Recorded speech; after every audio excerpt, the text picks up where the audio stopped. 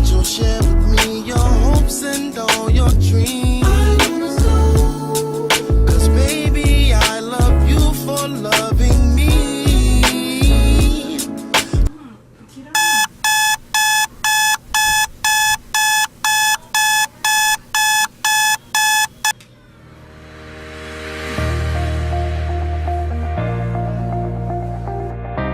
The most valuable commodity I know of is information. Wouldn't you agree?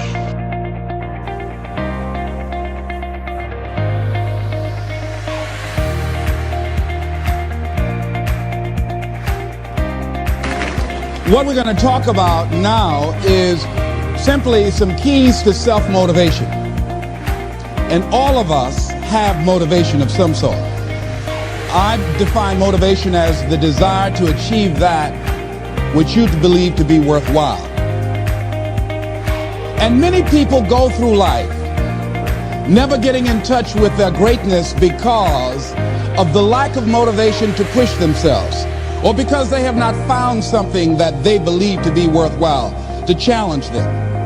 I heard a poem once that said, many a flower has bloomed unceasingly and wasted sweetness upon the cold desert air. It's translated, that means simply that many a talented persons have gone unnoticed, and the world never had a chance to be exposed to their talent because that person did not take the time to begin to express or to demonstrate or to motivate themselves in the direction to bring that which they came into the universe to bring. How can you measure your motivation? How can you evaluate where you are on a scale of 1 to 10? Let's do this for ourselves mentally.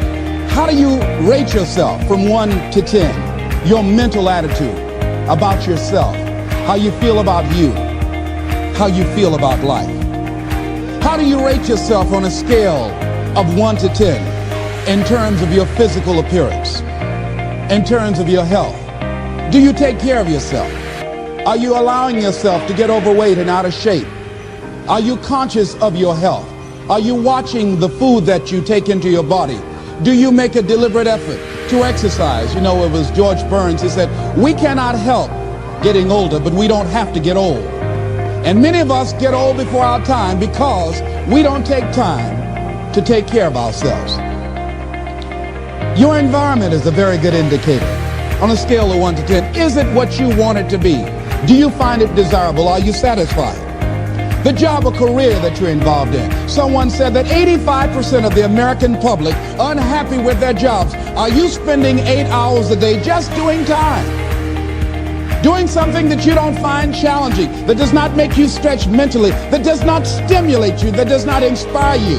Something that you don't find a sense of fulfillment in it. If you're doing that day in and day out, it has to affect how you feel about yourself, your level of motivation. Your relationships. What kind of impact is it having on your life? Is it nourishing or is it a toxic relationship? Does it drain you or does it build you up? Ask yourself that. How motivated are you to do something about it? Your contribution, your actions. What are you giving? Many people will leave the universe without a trace. No one will know they were here.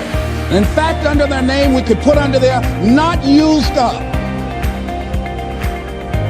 Will anybody know that you came this way? What contribution are you giving? What will you leave? What will be different because you came this way? Someone once said that life is our gift to us, that God has given us, and how we live our lives is our gift to God. What kind of gift are you formulating? Is this a gift that you like to take back and do something else before you turn it in? Think about that. What can we do? What are some of the keys that we can begin to use to motivate ourselves when our batteries run low? Because I don't care who you are, I don't care what you do, at some time you are going to get tired. At some time you're going to get in a rut. Seem like nothing you do works out right. And sometimes it just seems like you just don't have the wherewithal or the will to do anything. That sometimes you act like you're punch drunk. You're just wading through life, just doing time day in and day out, looking at non-discriminatory television, anything that's on, just looking. And depressed, feeling powerless, feeling useless, and bored. What do you do? How do you get yourself out of a rut? How do you, when you know you can do more than what you've been doing and you're not doing it and you're discontent with where you are, you get angry at yourself. How do you get out of that rut? How do you motivate yourself? One of the things that we must do is that we must be involved in working on achieving self-mastery. You must work on yourself continuously. Never be satisfied with yourself. Always know that as you invest the effort and time on you, that's the greatest ability that human beings have above animals. See, a dog can't be anything but a dog. Tree can't be anything but a tree. Human being, you've got unlimited potential. You can put effort on you, and by concentrating on you and developing you, you can transform your life wherever you are right now. So you want to work on yourself. You want to read books that inspire you and motivate you. You want to listen to tapes over and over and over again. And I suggest that you listen to tapes when you first get up in the morning. You want to control the spirit of your day. When you first wake up in the morning, your mind is operating at 10.5 wave cycles per second. That's when the subconscious mind is most impressionable. Whatever you hear in the first 20 minutes when you wake up, that will affect the spirit of your day. When you listen to tapes, listen with relaxed belief. Believing that this can happen for you. And by listening to them, listen to them over and over and over again, and you will get a breakthrough. You can listen to the same tape for months, and all of a sudden you hear something you never heard before. It have a special meaning for you. Or read the same book over again, and you find some special insight. You said, I can't believe I didn't see that the first time. So you want to be involved in developing yourself. Most people won't do that. Most people won't take that kind of effort and invest that kind of energy in themselves because they will fall prey to that conversation within. Oh, don't do that. You don't have time. You're too busy. You're too caught up in the rat race. Most people won't do that. Well, they won't take time to go to lectures. They won't take time to go to seminars. They won't take time to go to classes to improve themselves. And as you continue to work on yourself, you will begin to expand your vision of yourself.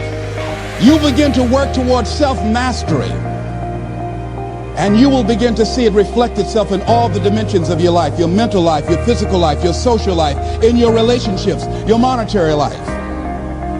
So concentrate on developing yourself, because if you don't, I guarantee you that you will make a settlement, and most people have, and most of us already have. What kind of settlement have you made with your life? You know, when we make settlements, out-of-court settlements, you've heard them?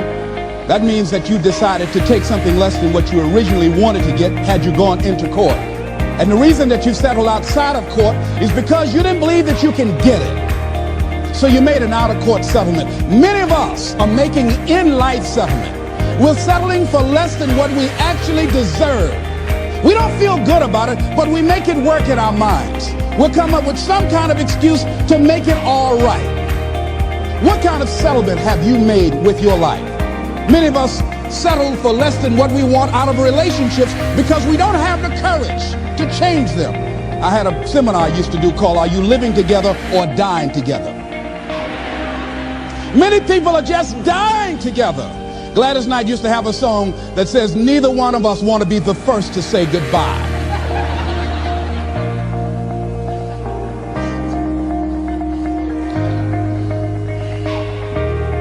The next thing is, in order to begin to find some keys to self-motivation to drive yourself, in addition to working on yourself, and as you work on yourself, you feel good about yourself, and as you feel better about yourself, you treat yourself differently. Develop a health plan. See, you can't feel well and do well if you don't have good health. You can't perform if you don't have your health. Your health is valuable. Develop a health plan. A plan that you will follow, because this is the only vehicle that you have to carry you through this experience called life. And you want to take good care of it because you love you enough. You care enough about you.